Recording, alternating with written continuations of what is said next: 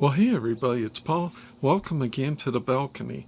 You know, I've never been like a huge person that is into UFOs and all these things, but I gotta say, some of that kind of changed when I first saw the release of the Commander David Fravor, where he was in a F-18 tape, and, you know, he has this, well, they call them now unidentified aerial phenomena thing on his radar screen or whatever.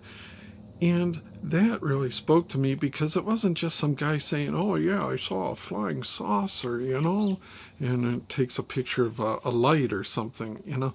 I mean, this was something that he couldn't have, you know, edited or photoshopped, or, you know, this wasn't his camera or his film, or, you know, this was all belonged to the government. So that made it a whole lot more credible to me.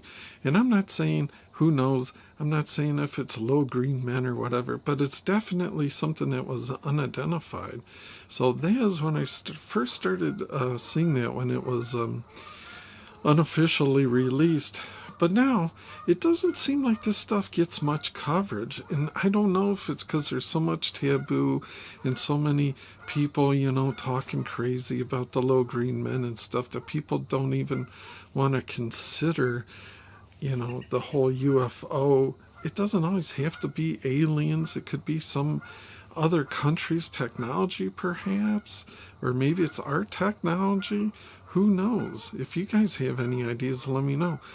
But, you know, the Department of Defense, the Pentagon, released 3 tapes, and I'll put the link down. You can see their statement on the Department of Defense page, and you can check out the videos. But one of them's David Fravor's, and then there's 2 other. That was from 2004, and then there's 2 from 2015.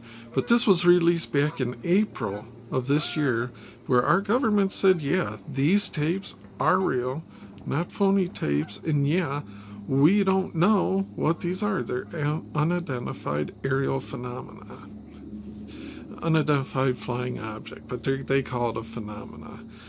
So it's like they're kind of distancing from the old UFOs, but whatever. You know, I mean, I guess it's their way of saying it isn't specifically, maybe it's not a craft, maybe it's some sort of an apparition or whatever you want to say. But I mean, that seems to me like that didn't even get much press.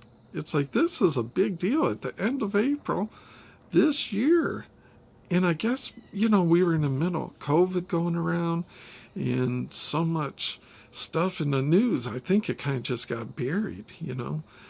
But I mean, there's not a whole lot of people talking about it. But it's really interesting to me that, you know, these events are caught on our military aircraft screens, cameras, monitoring, and they're unexplained. It's like, I guess, you know, because the military isn't making a big deal about it and they're releasing.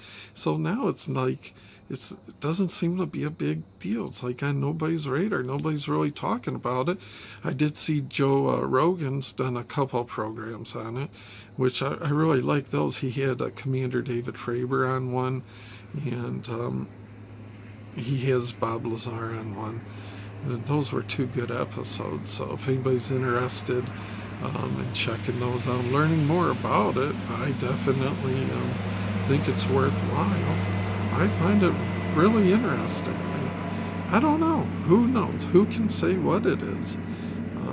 Is there a possibility? I mean, people believe in all kinds of things. People believe in ghosts. Are ghosts more probable than alien life being visited by extraterrestrials? I don't know. Who's to say, you know? But I just think I find it interesting. I wonder why sometimes more people don't find it interesting just to know what it is. I think part of the problem is we don't really have a way to study them. It's like, you know, if they're there, they only are there because they're letting you see them, you know.